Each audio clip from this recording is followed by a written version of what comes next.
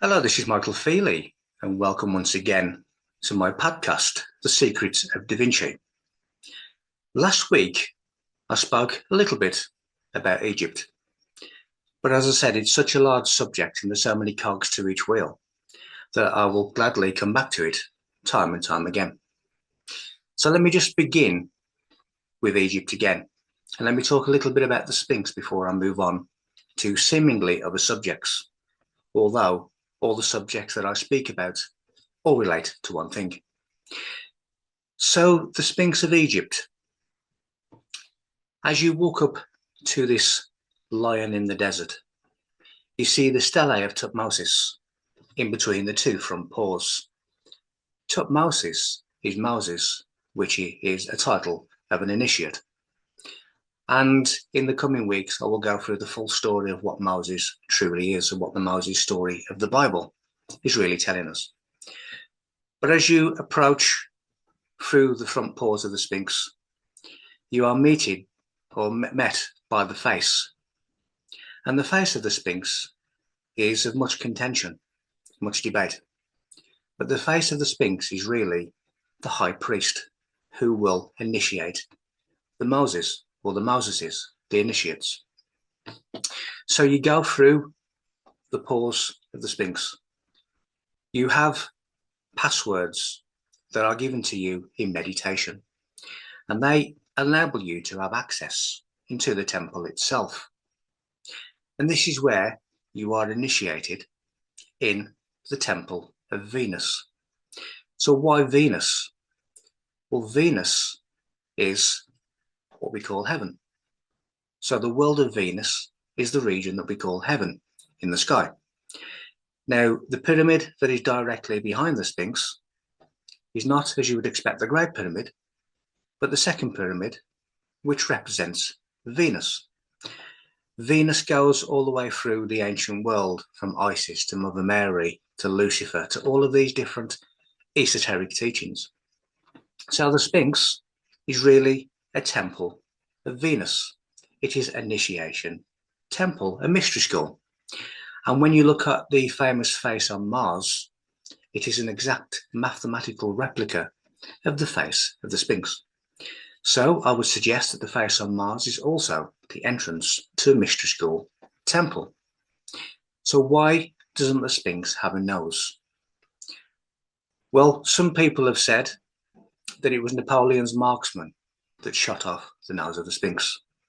But you also see statues in Egypt and in other parts of the world which also have their nose missing. So is there a deeper esoteric teaching to this? And of course, yes. When I spoke about masonry in a previous episode, and I spoke about the cornerstone that the builders rejected, well, that cornerstone is the external world.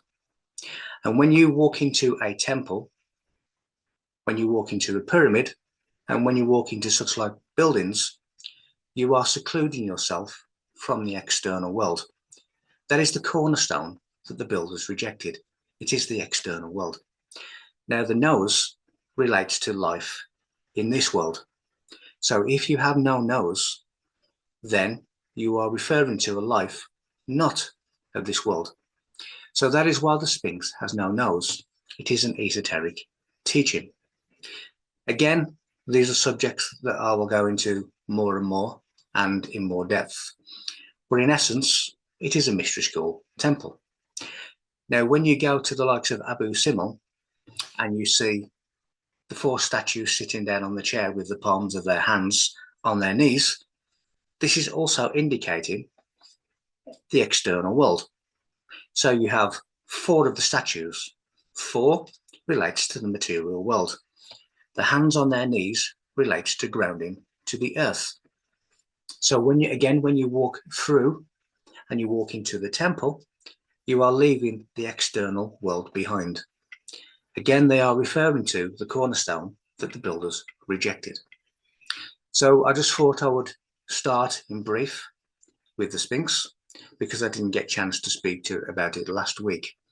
But as I say, I'll come back to these subjects many times. So now I'm going to go into just a few seemingly different subjects, although, as I've said, they are the same thing. So first of all, let me address the biblical Solomon. And I'm just going to adjust my chair now so I can see properly. So what is Solomon of the Bible, of the Knights Templars, of Freemasonry? When you look at the word Solomon, it is really three words combined into one word. So you have Sol, which of course is the sun, but it also means the microcosmic sun, which is the illuminated mind. Then we have which is a universal sound. And in the likes of Hinduism, they believe it is the sound that created the universe. And then we have the word on, which means light, because when you walk into a dark room, you switch the light on. So on is light. So Sol on is light and sound. Now light and sound is the word Masonic, because Ma is light and obviously sonic is sound. So the word Masonic gives us light and sound, which relates to Solomon. And of course, the first Mason, Hiram Abiff, was meant to have died holding on to the secret word of Freemasonry in Solomon's temple, which I'll move on to in a moment. So light and sound, in a planetary sense, gives us the sun and Saturn. We learn by observing, being able to see, which is the sun, the light of the sun. And we also learn via the importance of listening, which is Saturn, which is why we wear earrings in commemoration to learning by listening. Now, when we look at the word again, Solomon, and we reverse that word, it becomes nomolos. And nomolos gives us nomology, which is the science of the mind. So Solomon himself is the brain, and Solomon's temple is the hippocampus inside the brain, which is responsible for learning. Now, when we see the likes of Poseidon riding on a seahorse, this is the esoteric meaning, because hippocampus means seahorse. So as I say, Solomon's temple is your brain, your hippocampus within your brain, and Solomon himself is the brain which contains the temple. So what is the Ark of the Covenant? Well, the famous Ark of the Covenant is really the electrical arcs, the electrical firing of the alpha, beta, theta, and gamma electrical arcs of the brain. And they emanate from the hippocampus. So when we are told that the Ark of the Covenant is stored in the Temple of Solomon, this is what it's referring to, the electrical activity of the brain within the hippocampus, which is Solomon's temple. We also have the biblical Song of Solomon, the Song of Songs. And this is the neural singing. The neurons of your brain will sing. So this is the mystery of Solomon and Solomon's temple, which is where we get the Knights Templars. Temple. The temple is in the head. Now the head is where we get the light to become enlightened. And a symbol of the hippocampus is Baphomet, which is a Knights Templar symbol. So here we can see that it is really all referring to the brain and the electrical activity of the brain, which is the Ark of the Covenant. What I'm going to move on to now is Stonehenge. Now, I will address Stonehenge fully in another episode, but in essence, it is the root chakra to the crown chakra. It is the path of enlightenment, which is also what the story of Moses really means.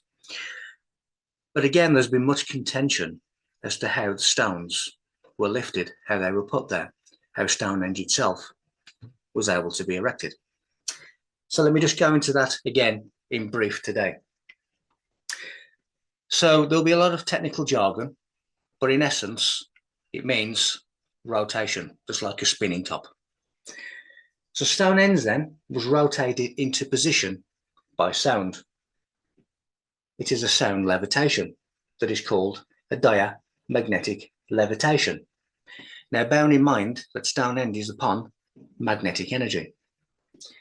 It is a negative rotational Doppler shift of acoustic waves. And this is caused by first and secondary axis spin, where 2 points of rotation align and lift.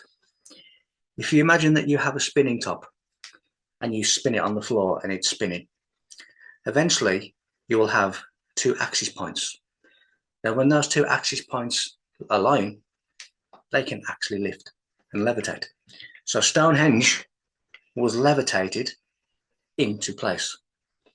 And the inner circle and the outer circle would have been first and secondary spin axis, which when they aligned was able to be put into place. Now, a couple of years ago, I took a group on the tour of Stonehenge and we went into the inner circle. Now, while we were in the inner circle, my co-host on the day went into a trance and went further into the center of Stonehenge. She began in this trance, and this is her own description, began to use all of these tonal rills, which are voice harmonics. And as she was doing so, myself and all of the group began to hear the stones of Stonehenge sing and reverberate. And it seemed as if each of the stones were making a sound.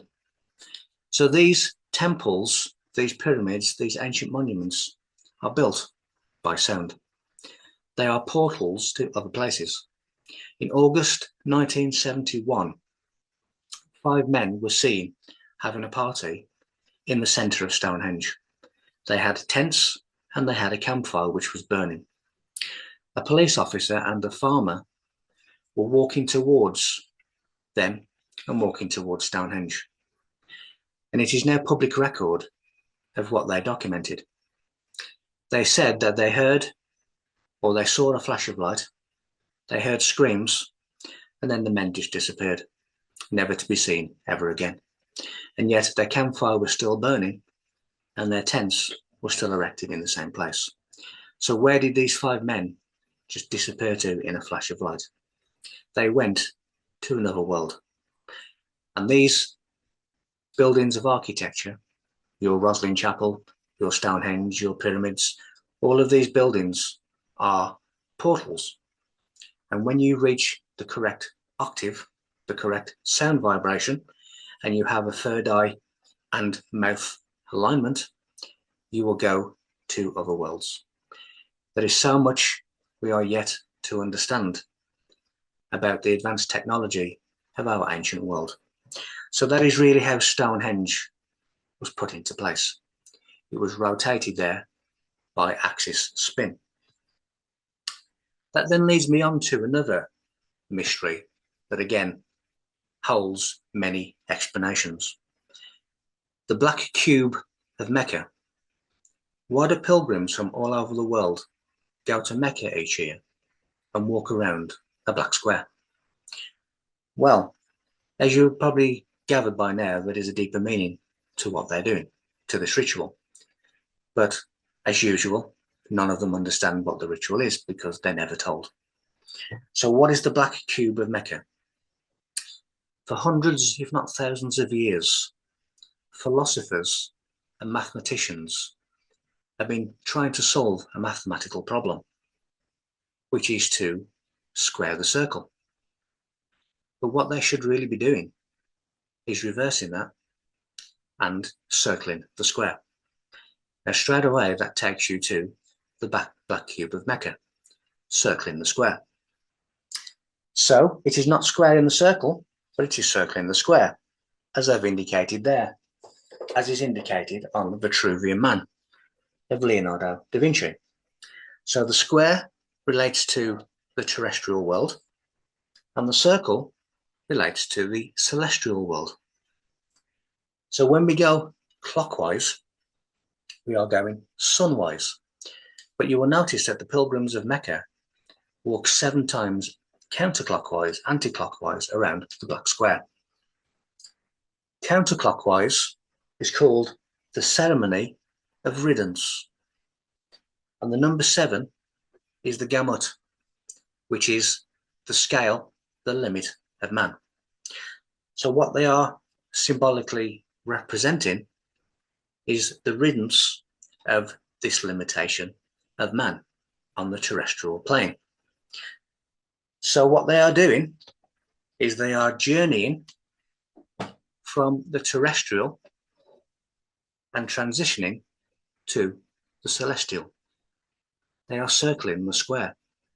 They are going through this inner transformation, this inner metamorphosis, where they are ritualistically symbolizing an ascension from the world back to the heavens. So now I'm going to go into one of the paintings that you can see behind me, which is Salvadore Mundi. I will take Leonardo da Vinci's paintings in singular and I will explain them. Again, I will continue to come back to these subjects. So let me talk about Salvadore Mundi again in brief. The first thing I will draw your attention to is the black background and how the character is coming out of darkness into light. Again, this is relative to the Black Cube of Mecca and all of the other things that I've spoken about so far on this podcast. So we have coming out of the darkness into light, which is the same story as the likes of Christ coming out of the tomb into light. So lightness from the darkness, wisdom and knowledge emanating from ignorance. That is the first thing I will draw your attention to. The next thing are the eyes of the painting. Now, the eyes of the painting are very stern. They are very zombified.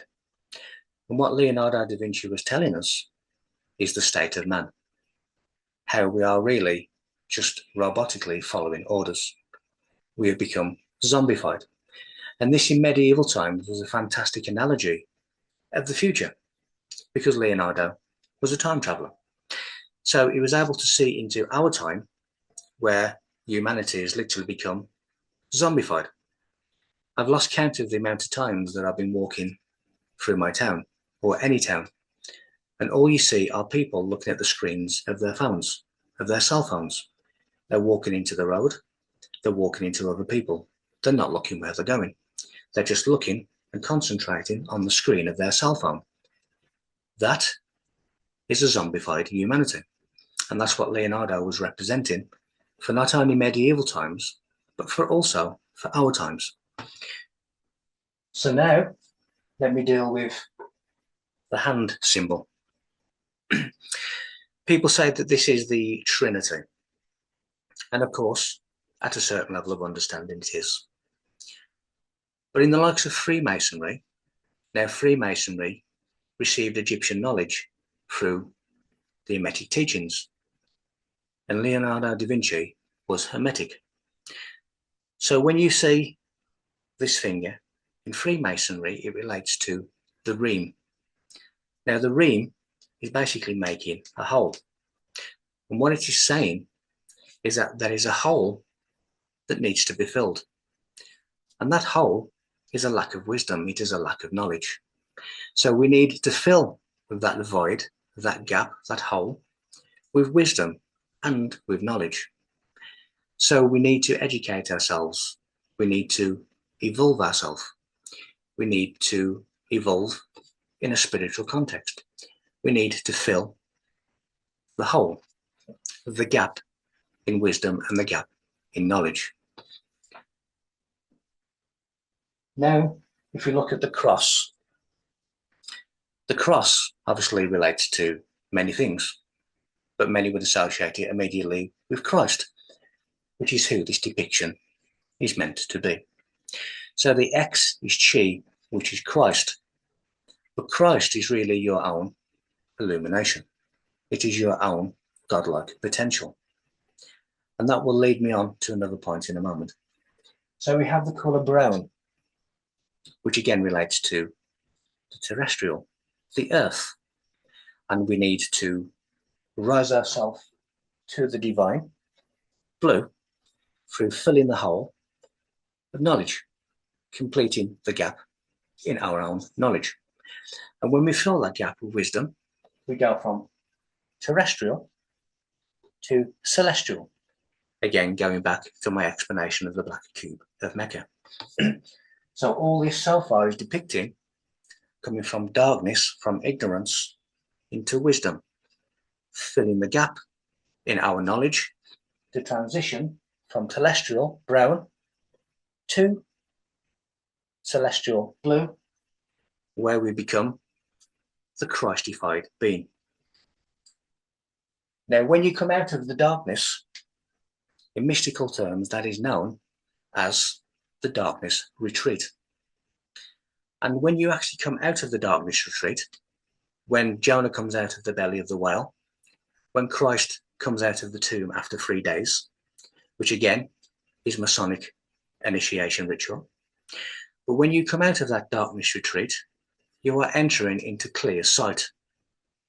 Clear sight is what Leonardo has given us in the see-through sphere. It is clear sight, where we can see things for what it is. We can see beyond the illusion that we are given. Now again, this sphere of glass is of great contention.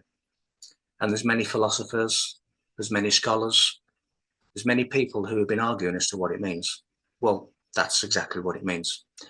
And I know that because I was Leonardo da Vinci's personal scribe, and I continue to be his personal scribe. And the poetry about it is I was present when Leonardo encrypted all of his secrets into his paintings, and I will be the one 500 odd years in the future to reveal those secrets to the world again. The only way you can know the answers to these beautiful paintings are if you have a personal connection to the artist, and I do. And this is the explanations that I'm giving you today are the explanations that he's given me. You will not get these answers anywhere else because there has to have been a personal connection in the understanding of these paintings. Now, within the see-through sphere, there are 3 dots. So what are the 3 dots? Again, it relates to the triangle, which is the first geometric shape. But in a triangle, all things, all sides are equal. And I will go in a moment on another whiteboard to go into a little bit more detail. But in essence, it is the point of being equal. So what Leonardo is saying is that when we go through this process of knowledge and wisdom, we become equal to the Christ. Christ is not an individual Messiah. Christ is the inner potential of illumination of each and every one of us. So let me again adjust my chair and bring out a whiteboard. So Leonardo once said that gravity is a form of acceleration. Now, he said this many, many years before we had the theory of gravity and different things. So he was really the first. And he says that gravity is a form of acceleration. Now, when he did experiments, he noticed that the likes of sand, etc., would accelerate downwards when they were tipped out of a pitcher or of a cup or of a jar. So what he was referring to is a net force of a projectile which always goes downwards. So what I've now done is I've come up with my own theorem based on what Leonardo did in medieval times.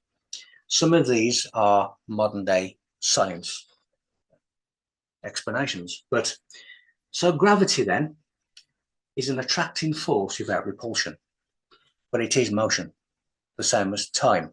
It moves. It is geometric. And the whole of the universe is not matter, it is shape in motion. So gravity relates to Newton's third law of motion, which is action and reaction. So what I came to the conclusion of is that when you have 2 objects that are being attracted towards each other, the space in between is gravity. So the space between 2 accelerating objects is gravity. Because as Leonardo said, gravity is a form of acceleration. Now, when things are being attracted, they are accelerating towards each other. So the likes of planets, when two planets are in their fixed motion of orbital dynamics, if they are to attract each other, they can suddenly change, and they can go from attraction to repulsion, just like when you turn around a magnet. It goes from attraction, and you can feel this invisible ball in between them, and it repulses itself. So planets in retrograde are changing their dynamics. They're changing from attraction to repulsion, so that they can never actually collide. So they never reach a collision point. So there is no such thing as an impact force, because as they get closer, they change and they repel, and they go away from each other. So velocity becomes negligible. They can, in other words, they cancel each other out. Now, Leonardo said this was equation di moti, which means the equivalence of motion. It is the equivalence principle. And the reason I mention that is, again, going back to the picture, is this triangle is the equivalence of motion, the equivalence principle, the equivalence between man's potential and this character, Christ. What all these things are saying, all of the things that I covered today, all of the things that Leonardo has covered in his paintings, which I will take as a singular each week, is man's condition and man's potential. When we look at the likes of an ugly gargoyle on a church, the ugliness relates to worldliness. It relates to man's condition. But the wings relate to his celestial potential, how he can fly, how he can raise himself above the third dimension. So the gargoyle then is a transition from condition to potential. All of these paintings are talking about condition to potential, from darkness to light, how we fill the gap of knowledge and wisdom. And when we do, we become Christified. Or if you are Egyptian, you become Osirified, which is Osiris.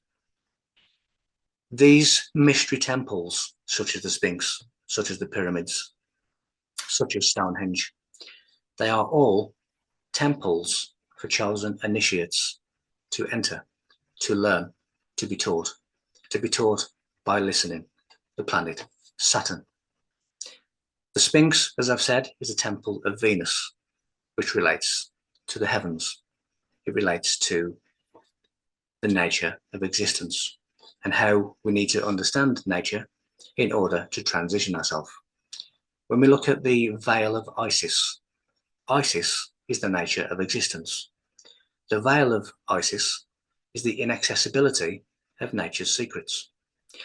We must go on this journey. We must circle the square. We must rid ourselves of the limitation, the gamut, the number 7, to become number 8, the holy. These are the things that we are being taught.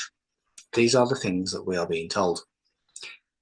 Now, as I always say, and I will continue to say, every single mystical book that is in existence, every single monument or monolith that has ever been built, every single religion, and there are 4,200 religions that are officially recorded on Earth, every single one of them relates to one common theme. And I will prove that to you through the course of the coming weeks and months and years. They are all referring to this context: how to become the Christified being. Thank you very much for watching this episode, and I look forward to seeing you again next week for some more esoteric teachings. This is Michael Feely, and this has been The Secrets of Da Vinci. Thank you very much.